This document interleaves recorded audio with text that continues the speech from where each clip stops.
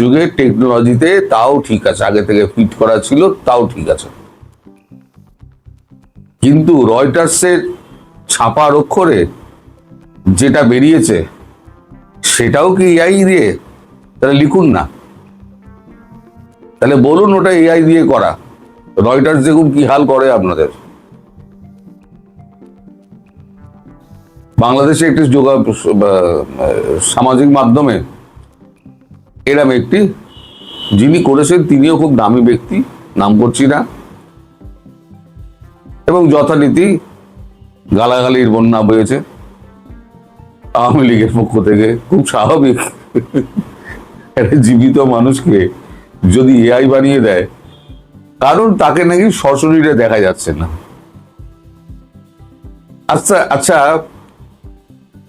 Mustafa Khamenei আজ পর্যন্ত তিনি সামনে আসেননি তার প্রাণের ভয়ের জন্য। তাহলে কি এবারে তো সারা পৃথিবী বলবে যে মুস্তাফা খামেনি মারা গেছে? তিনি তো ভিডিও বার্তাও দেন না, অডিও বার্তাও দেন না, কোনো লিখিত প্রশ্নের জবাবও উনি দেন না। ওই কোথাও তো লেখা হয়নি যে মুস্তাফা খামেনি ইরানির তিনি মারা গেছেন। আসলে বাংলাদেশটা হচ্ছে গুজবের রাজ্য, পুরো গুজব দিয়ে চলছে, অথচ ঘটনা হচ্ছে পুরো উল্টো। তিনি বেশ বহাল তবিয়াতে আছেন, তার সঙ্গে নেতৃবৃন্দ দেখা করছে, কথাবার্তা বলছে, এবং তারা কিন্তু সন্তুষ্ট হয়ে যে যার মতো কাজ করছেন।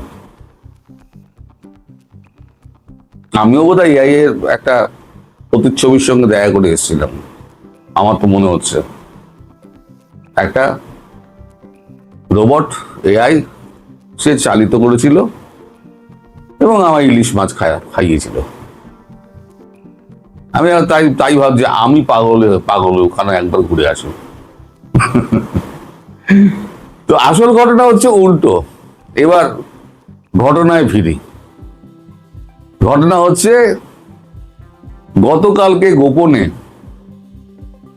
শেখ হাসিনা প্রধানমন্ত্রী তিনি সাউথ ব্লকে গিয়েছিলেন, আস্তে আস্তে খোলস ছেড়ে বেরোচ্ছেন। তাকে ডাকা হয়েছিল সাউথ ব্লকে, তিনি সাউথ ব্লকের পেছনের রাস্তা দিয়ে পোর্টিকোতে নেমে সোজা লিফটে চড়ে সেকেন্ড ফ্লোরে উঠে যান। প্রথমে যান অজিত দোভালের ঘরে, সেখান থেকে আর কার কার কোথায় গেছেন না গেছেন সে খবরটা বলা যাবে না। শুধু এটুকু বলতে পারি যে সেই সময় সাউথ ব্লকে ট্রাই সার্ভিসের সেরা কর্তারা ছিলেন। এবার আপনারা দুয়ে দুয়ে চার মিলিয়ে নিন।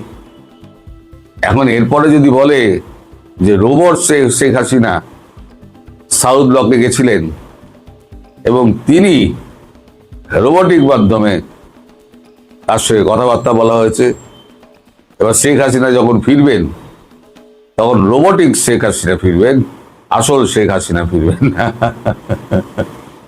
এটাও বলে দিতে পারে, কোনো অসুবিধে নেই। আসলে আওয়ামী লীগকে বিভ্রান্ত করার চেষ্টা, আওয়ামী লীগের কর্মীদের মনোবল ভাঙার চেষ্টা, এই সমস্ত গুজব ফুজব রটিয়ে এগুলো করার চেষ্টা, কিন্তু চেষ্টা মাঠে মারা যাবে। তিনি ডিসেম্বরের আগে ফিরবেন বলেছেন, তিনি ডিসেম্বরের আগেই ফিরবেন। এবার কি প্রকারে ফিরবেন তার প্ল্যানিং হচ্ছে, আর সেই প্ল্যানিং চূড়ান্ত করার জন্যই হয়তো, আমি জানি না, আমি নিশ্চিত না, হয়তো প্রধানমন্ত্রী, বাংলাদেশের প্রধানমন্ত্রীকে সেখানে ডেকে পাঠানো হয়েছিল।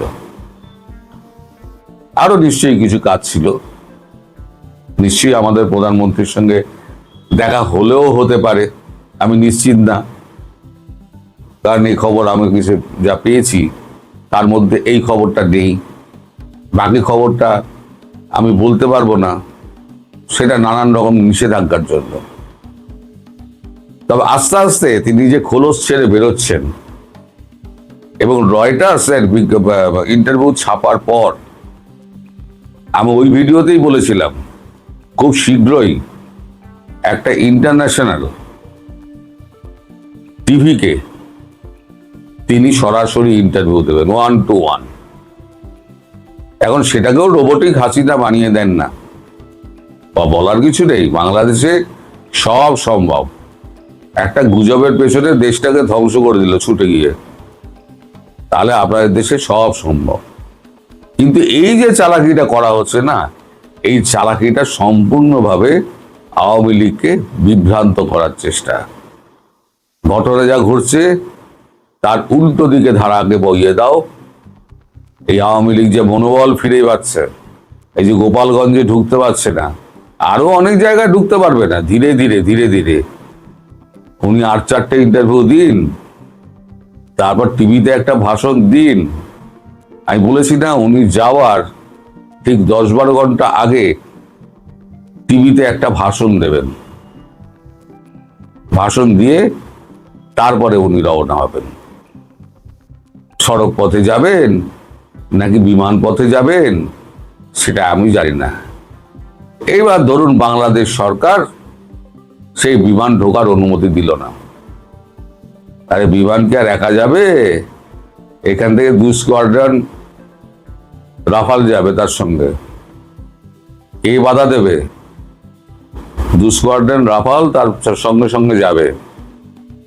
বাধা দেওয়া মানে বুঝতেই পারছেন কি হবে। কোনো আশঙ্কা না, যা ঘটবে সেটা আমি আগাম বলে দিলাম। 2 স্কোয়াড্রন রাফেল তাকে পাহারা দিয়ে নিয়ে যাবে।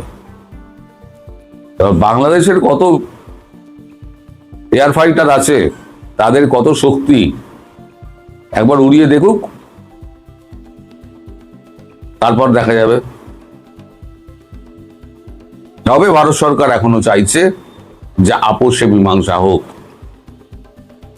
ব্যাকডোর চ্যানেলে কথাবার্তা চলছে, কিন্তু মানে বিএনপির পক্ষ থেকে জামাতের চাপে কোনো রকম ভাবেই তারা সহায়তা করছে না। আর তারেক রহমান হচ্ছেন দামি মুখ্যমন্ত্রী। এখন আমি বলতে বাধ্য হলাম, উনি হচ্ছেন দামি মুখ্যমন্ত্রী, এই প্রধানমন্ত্রী। তার কোনো সে নেই, তার খাল কাটা ছাড়া আর গাছ পোতা ছাড়া তার কোনো কাজ নেই। ওইসব করে বেড়াও আর প্রধানমন্ত্রীর চেয়ারে বসে থাকো। আজ পর্যন্ত তাকে কোনো রকম কথা বলতে দেখেছেন যেটা জাতির পক্ষে ভালো বা মন্দ?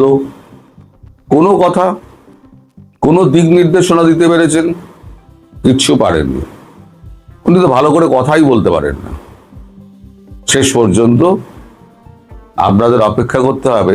অনেক নাটক জমা হয়ে আছে। বিশেষ করে ধীরে ধীরে খোলাসা হবে এই সাউথ ব্লকে যাওয়ার ব্যাপারটা। তবে ঘটনা যে তীর গতিতে এগোচ্ছে সেটা কিন্তু তার এই সাউথ ব্লক ভ্রমণ পরিষ্কার করে দিচ্ছে। আরো অনেক খবর হবে, আপনারা ধৈর্য ধরে অপেক্ষা করুন এবং দেখতে থাকুন। সবাই ভালো থাকবেন, সুস্থ থাকবেন, সাবধানে থাকবেন। নমস্কার।